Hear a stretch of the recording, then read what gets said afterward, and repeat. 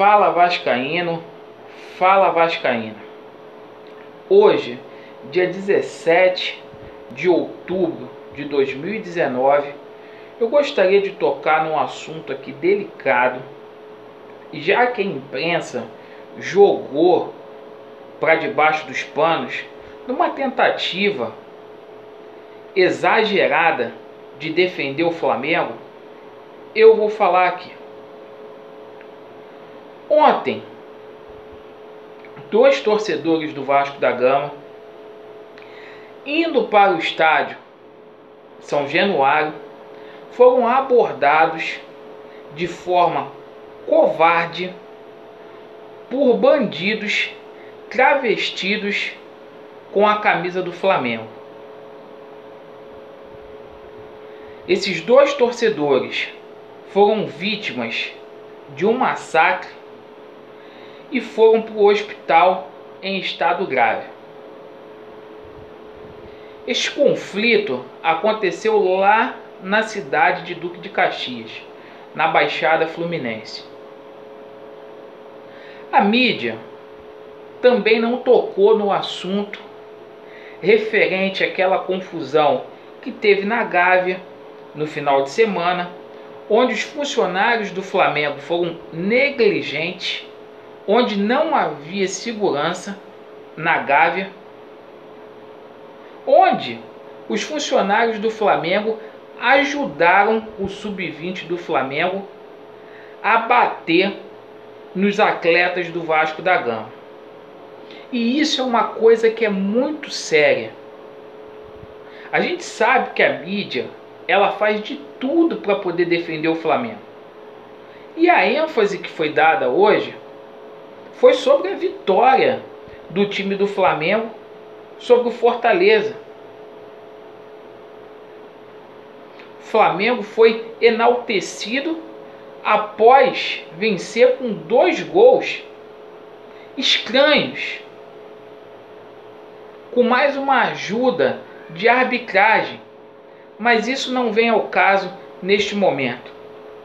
O que eu quero falar é para o Ministério Público do Rio de Janeiro.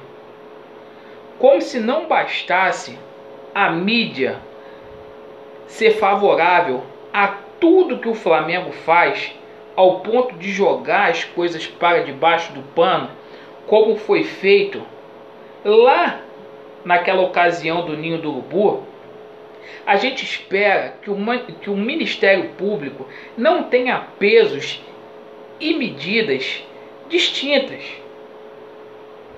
Porque a Força Jovem, ela foi punida, não pode mais entrar em eventos esportivos. Ano após ano, essa pena aí só aumenta. E a gente vê a torcida do Flamengo, torcida não, bandidos, safados e pilantras. Não são todos, mas tem uma grande parte que é assim, que vai para o estádio para poder brigar e para poder dar uma de machão. Tudo marica. Então, o Ministério Público passou da hora de punir verdadeiramente esses bandidos. Quando é contra o Vasco, vocês são os primeiros a desequilibrar a balança no judiciário. Infelizmente. Quando é a favor deles, pode matar, pode roubar, pode fazer o que for. A gente recentemente lá no Engenhão teve um caso de um torcedor do Flamengo que furou a barriga de um torcedor do Botafogo com espeto de churrasco. É brincadeira. Até quando vai ser assim, essa bandidagem? Dito isto, eu vou falar aqui sobre o futebol. O Vasco da Gama ontem conseguiu a sua 9ª vitória no Campeonato Brasileiro. Vitória importantíssima. O Vasco agora está na 11ª colocação com 34 pontos. Agora o campeonato do Vasco é para olhar adiante, Vamos colocar os pés no chão, esquecer essa vitória aí contra o Botafogo, porque o Vasco tem uma sequência muito árdua, uma sequência muito difícil neste campeonato brasileiro. A começar por 2 jogos que a gente terá fora de casa, contra o Internacional e contra a equipe do Ceará.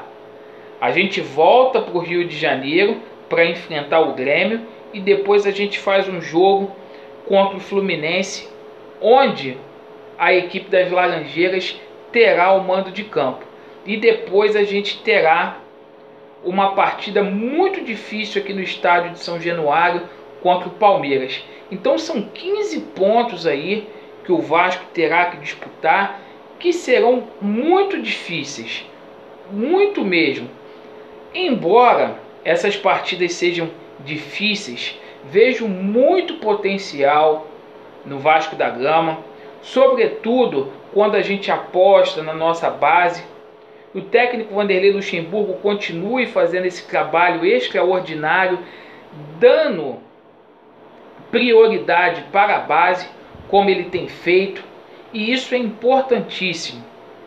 Todos os jogadores que estão vindo da base estão dando conta do recado, e isto é importante.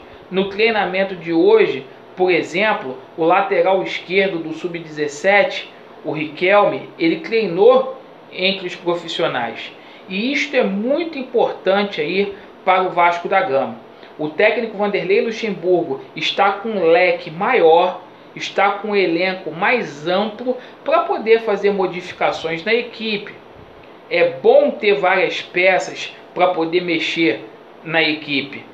Além da base forte, eu estou muito feliz com a estreia do Guarim. É um jogador diferenciado. Poucos minutos que esteve ontem em campo mostrou que muito pode agregar para o Vasco da Gama, além do que o Felipe Ferreira. Felipe Ferreira foi muito bem na partida ontem, sobretudo no primeiro tempo, deu mais mobilidade à equipe do Vasco da Gama, principalmente ali no meio campo, o Vasco jogando mais em verticais.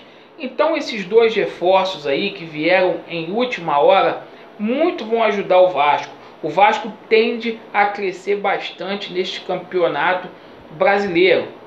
Se a gente aliar, unir a capacidade do técnico Vanderlei Luxemburgo com a garotada da base, mais os reforços que chegaram, o Vasco pode sim ver coisas mais altas neste campeonato brasileiro.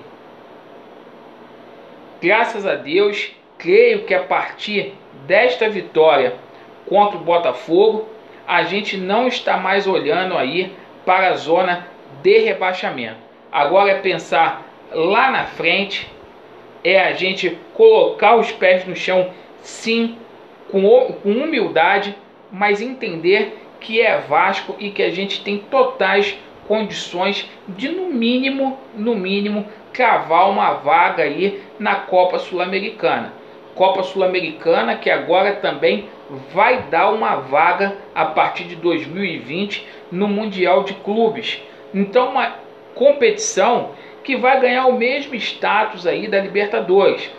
Isso foi anunciado hoje, né, pela FIFA, lá pela Conmebol, e a gente espera que verdadeiramente o Vasco ano que vem, com mais planejamento, o Vasco com maior carinho, principalmente por parte daqueles que administram o Vasco, faça um ano com mais planejamento, para a gente não ter problema nenhum aí com relação ao nosso time, porque lugar de equipe gigante como o Vasco da Gama é em competições internacionais, é pensando alto, é fazendo aquilo que o seu torcedor historicamente tem orgulho de lembrar. Como o torcedor do Vasco sempre fala, Vasco, a tua glória é a tua história. Então tem que ser assim. A gente escreveu um novo capítulo a partir deste ano e pleitear coisas melhores dentro do futebol brasileiro aí. porque o Vasco, pela história que tem, a mais bonita dentro do Brasil, o Vasco, por ser o clube de todos, o Vasco definitivamente merece dias melhores aí. Então, meus amigos, esses eram os assuntos que eu gostaria de tratar com vocês, e estamos juntos. Vasco neles, e vamos lá, Vasco!